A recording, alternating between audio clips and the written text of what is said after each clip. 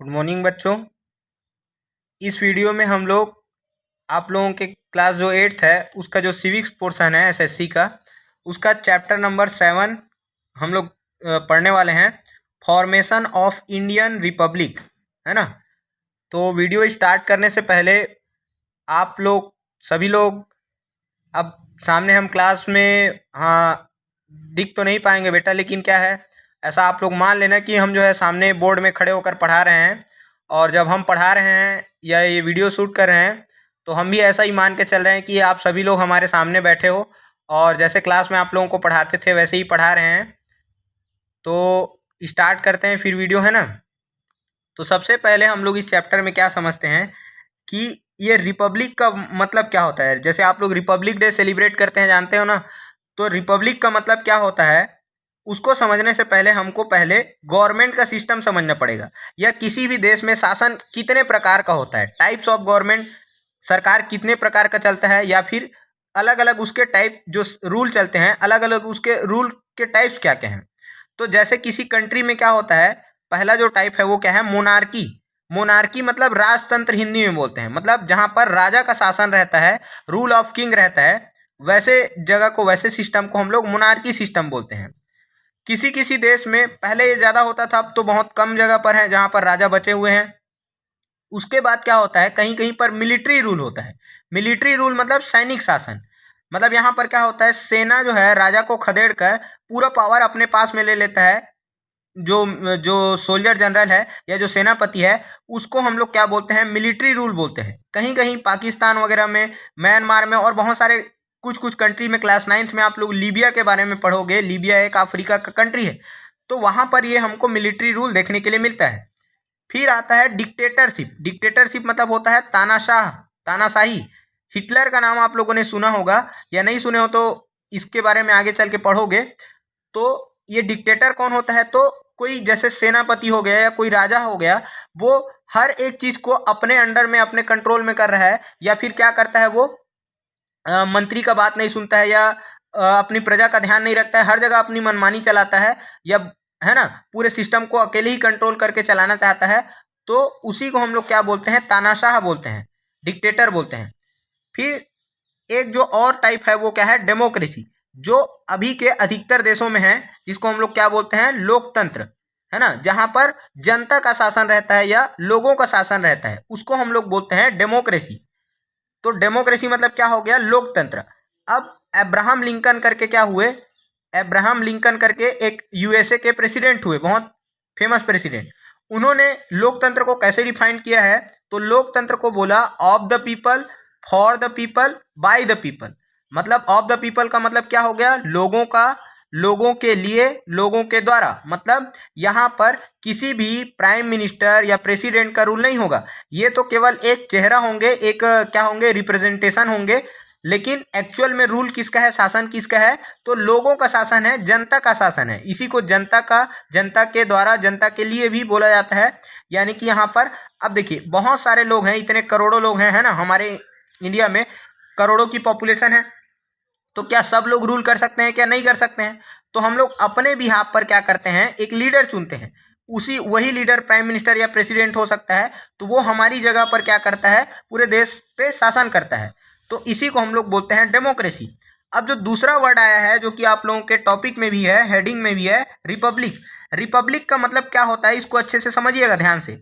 Republic मतलब होता है गणतंत्र, गणतंत्र दिवस बोलते हैं ना, रिपब्लिक डे। तो इसका मतलब क्या होता है, जो जो देश का, है ना, जो देश का हेड होता है, head of the nation must be elected. वो क्या होना चाहिए, चुना हुआ होना चाहिए। चुना हुआ होना चाहिए, इसका मतलब कि क्या है, जैसे देखो हमारे कंट्री का हेड कौन होता है, तो इंडिया का हेड कौन है, तो वो है प्रेसिडेंट, प्राइम मिनिस्टर नहीं है, है ना। प्रेसिडेंट क्या होता है, हमारे कंट्री का फर्स्ट पर्सन होता है, पहला नागरिक होता है ना। तो ये जो होता है हमारे इंडिया में, प्रेसिडेंट कैसा है, इलेक्टेड है, यानी कि उसका चुनाव होता है ना। तो अभी दो सिचुएशन, दो हम लोग कंट्री के बारे में समझते हैं, तो इससे आप लोगों को रिपब्लिक समझ में आ जाएगा। जैसे देखो ब्रिटेन, ब्रिटेन जिसको हम लोग यूनाइटेड किंगडम या इंग्लैंड भी बोलते हैं, है ना। तो यहाँ पर क्या होता है बेटा, यहाँ पर कॉन्स्टिट्यूशनल मोनार्की है। कॉन्स्टिट्यूशनल मोनार्की मतलब कॉन्स्टिट्यूशन भी है वहाँ, संविधान भी है, और मोनार्की भी है। मोनार्की मतलब वहाँ पर राजा का शासन है। है ना। क्वीन एलिजाबेथ सेकंड आप लोगों को बताते थे, याद है क्या, क्वीन विक्टोरिया, हम लोग जब 1857 पढ़े थे तब।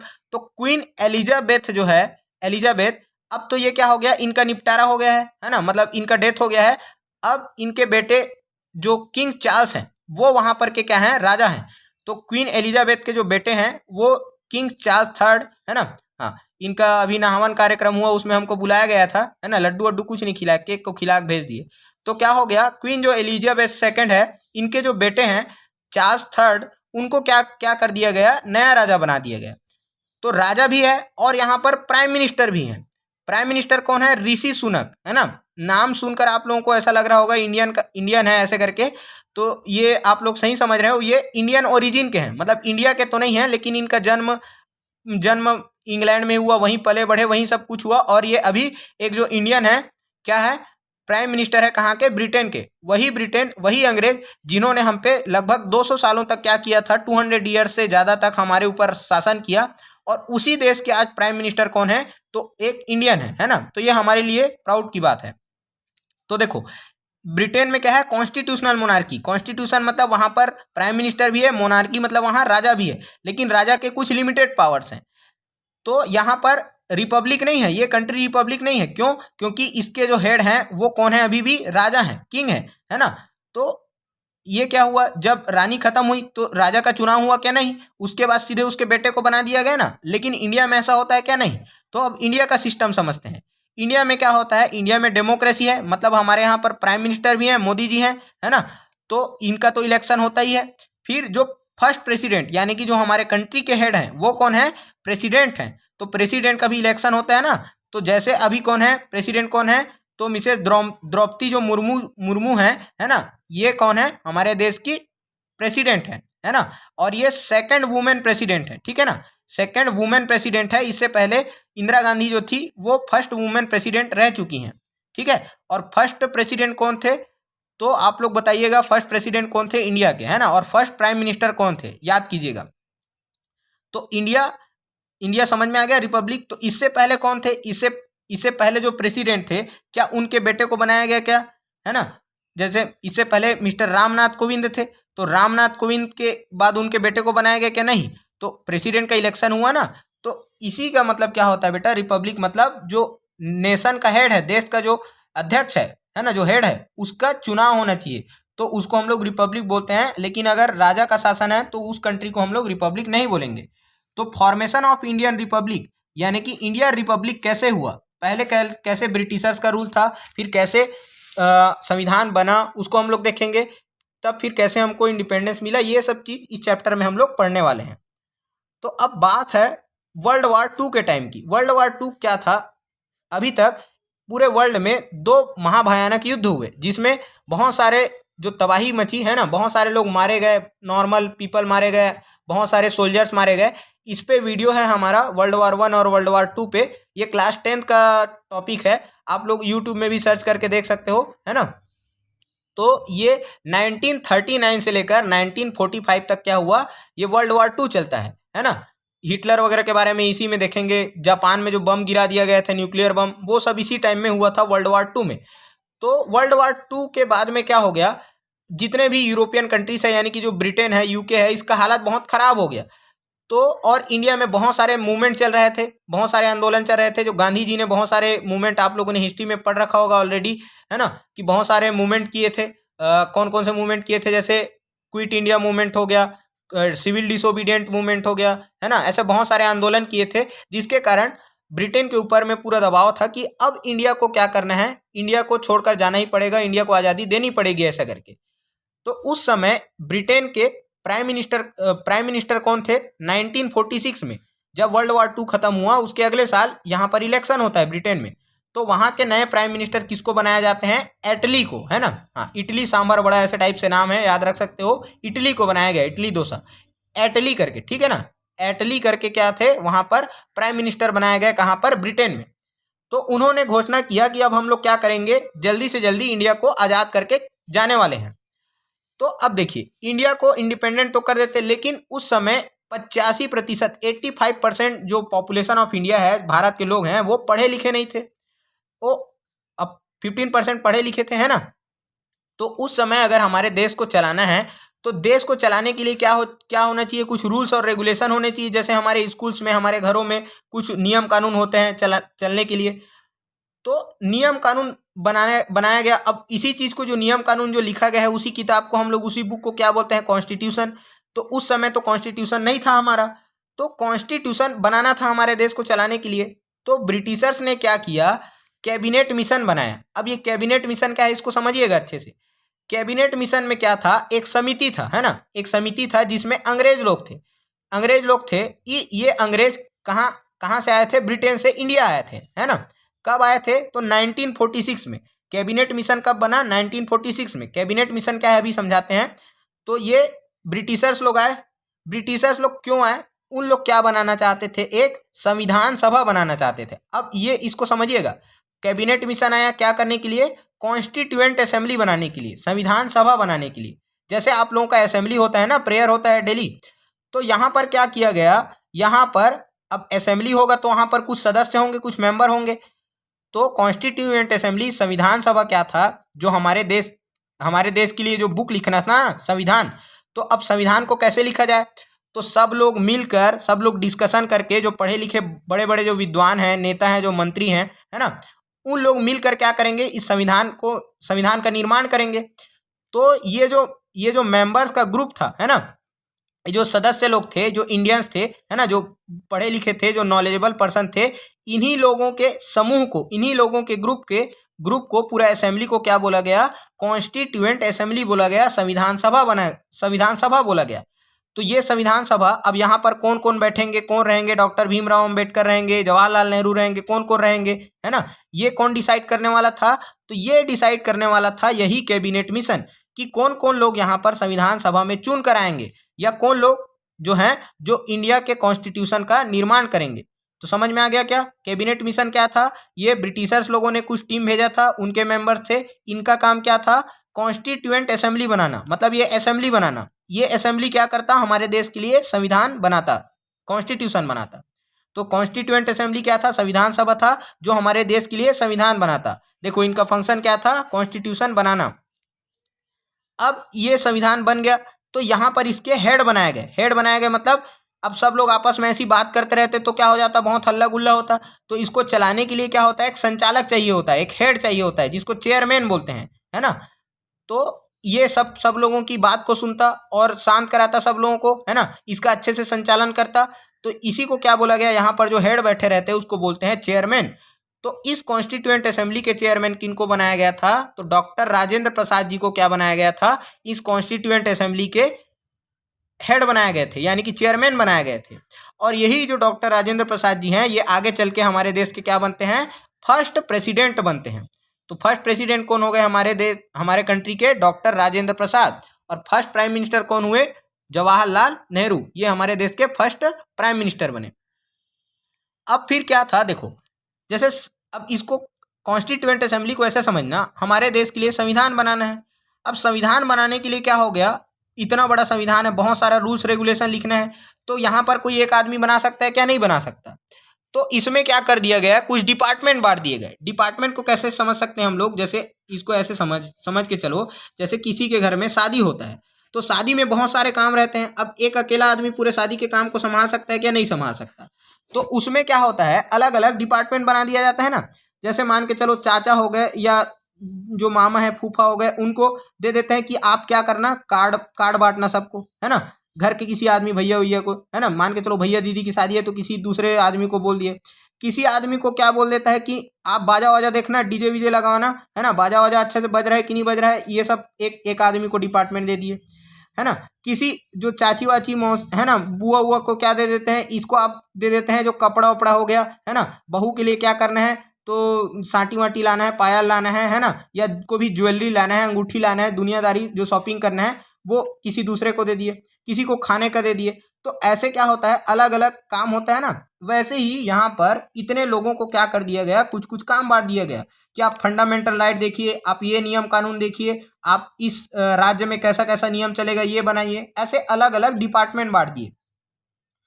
अब इन सब का, जैसे शादी में ये सब होता है, लेकिन एक जो होते हैं पापा जी, है ना, ये कौन हो गए पापा जी। ये क्या करते हैं, ये सब पर नजर रखते हैं, कार्ड बटा कि नहीं बटा, शादी का सामान आया कि नहीं आया, सबको डीजे का इंतजाम हुआ कि नहीं हुआ, सब चीज देखते हैं ना। तो वैसे ही जी क्या क्या होते हैं वैसे ही एक था ड्राफ्टिंग कमिटी। ड्राफ्टिंग कमिटी क्या था, ये जितने लोग सब काम किए ना, उन सब के काम को देखना कि सब लोग अपना काम अच्छे से कर रहे हैं कि नहीं कर रहे हैं, और लास्ट में उसको संविधान में लिखना कि जो जो नियम बताए गए हैं सबके द्वारा उसको संविधान में लिखना। तो जो ड्राफ्टिंग कमिटी था उसके चेयरमैन कौन थे, तो उसके चेयरमैन कौन थे, हमारे डॉक्टर भीमराव अंबेडकर। और डॉक्टर भीमराव अंबेडकर को ही फादर ऑफ इंडियन कॉन्स्टिट्यूशन, मतलब कि भारतीय संविधान का पिता कहा जाता है, क्योंकि ये बहुत नॉलेजेबल पर्सन थे। और इन्होंने अपनी कमेटी के साथ में 60 कंट्री 60 देशों के संविधान को पढ़ा था, और उसकी अच्छी अच्छी जो चीज़ें हैं उसको निकाल कर इंडिया के संविधान में, इंडिया के कॉन्स्टिट्यूशन में उसको शामिल किए थे। तो यही सब काम जो है वो कॉन्स्टिट्यूएंट असेंबली में चला। अब कॉन्स्टिट्यूशन हमारा बहुत लंबे समय के बाद में बहुत अच्छे तरीके से हर एक चीज़ को डिबेट डिस्कशन करके वाद विवाद करके अच्छे अच्छे चीज़ों को रूल्स रेगुलेशन को निकाला, और लगभग 3 साल में, लगभग 3 साल लग गए 1946 से 1949 तक, है ना। तो 1949 में जाके हमारा कॉन्स्टिट्यूशन कंप्लीट हुआ। तो कॉन्स्टिट्यूशन को ड्राफ्ट कब किया गया, ये वर्ड ध्यान रखेंगे, ड्राफ्ट। ड्राफ्ट यानी कि कंप्लीट। कंप्लीट कब हो गया, तो 26 नवंबर 1949, 26 जनवरी नहीं, ड्राफ्ट कब किया गया, 26 नवंबर 1949।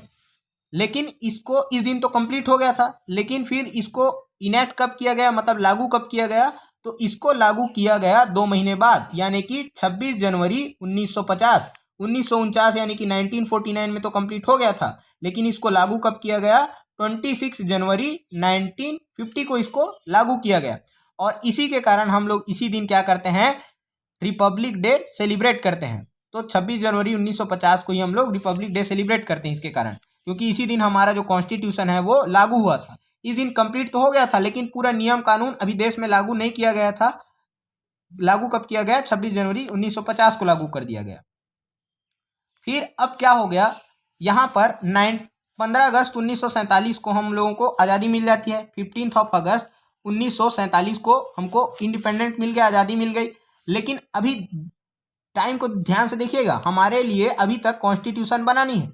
1950 में जाके कॉन्स्टिट्यूशन लागू हुआ। तो अभी प्राइम मिनिस्टर कौन रहेगा, शासन कौन चलाएगा, रूल कौन करेगा। अब ब्रिटिशर्स तो चले गए, हमको इंडिपेंडेंस देके जो ब्रिटिशर्स थे वो अपने देश चले गए वापिस इंग्लैंड। तो अब बात ये था कि 1947 से लेके 1950 तक यहाँ पर शासन कौन करेगा, प्राइम मिनिस्टर कौन रहेगा, वाइस प्रेसिडेंट कौन रहेगा। तो क्योंकि हमारा जो पहला जो इलेक्शन था, जनरल इलेक्शन, मतलब जो प्राइम मिनिस्टर बनाया गया था, वो कब बनाया गया था, 1951 में। तो इन 3 सालों में यहाँ पर इंडिया में शासन कौन करेगा, तो उसके लिए क्या किया गया, एक टेम्पररी गवर्नमेंट बनाया गया, मतलब कुछ समय के लिए, है ना, ये परमानेंट नहीं थे। उसी को क्या बोला गया, जो टेम्पररी गवर्नमेंट था कुछ समय के लिए, उसी को इंतरिम गवर्नमेंट बोला गया। तो इंतरिम गवर्नमेंट क्या था, ये एक टेम्पररी गवर्नमेंट था। जब तक इंडिया में इलेक्शन नहीं हो जाता 1951 में, क्योंकि उस समय हमारे देश का संविधान पूरा नहीं हुआ था, तो संविधान बन ही रहा था, तो इसीलिए क्या बोला गया कि कुछ टेम्पररी हम लोग सरकार बना देते हैं जो 3-4 साल अभी रूल करेगा, फिर जब बन जाएगा कॉन्स्टिट्यूशन तब अच्छे से हम लोग इलेक्शन करवाएंगे, फिर पूरा देश जो है अच्छे से चलाएंगे। तो इसीलिए टेम्पररी गवर्नमेंट बनाया गया, उसी को इंतरिम गवर्नमेंट बोला गया। कब बनाया गया ये टेम्पररी जो इंतरिम गवर्नमेंट था, 1947 में, मतलब जब हमको आज़ादी मिल गई तब। तो उस समय जो इंतरिम गवर्नमेंट के हेड बनाए गए थे, या उसी को हम लोग जो उस समय प्राइम मिनिस्टर बनाए गए थे, वो जवाहरलाल नेहरू थे टेम्पररी के लिए। फिर बाद में भी यही पहले प्राइम मिनिस्टर बनते हैं, ठीक है। तो इस चैप्टर में हम लोगों ने ये इतना समझ लिया। अब जो बाकी का जो पोर्शन है उसको हम लोग नेक्स्ट पार्ट में कवर करेंगे। तब तक के लिए आप लोगों को अगर इसमें से कुछ डाउट हुआ होगा तो कमेंट में हमको कमेंट करके बता दीजिएगा। और इस वीडियो को आप लोग लाइक, सब्सक्राइब और कमेंट करना है तो कर सकते हैं, ऐसा कोई ज़रूरी नहीं है कि करना ही है, ठीक है। अगर आप लोगों को अच्छा लगा है, समझ आया है, ठीक है, और अगर कुछ डाउट है, नहीं समझ में आया है, तो कमेंट में हमको कमेंट करके बता देना। और एक बार फिर क्लास के लास्ट में बोलो बांके बिहारी लाल की जय, ठीक है। तो बाकी जो हम लोग नेक्स्ट पार्ट में कवर करेंगे, सेकंड पार्ट में। Thank you.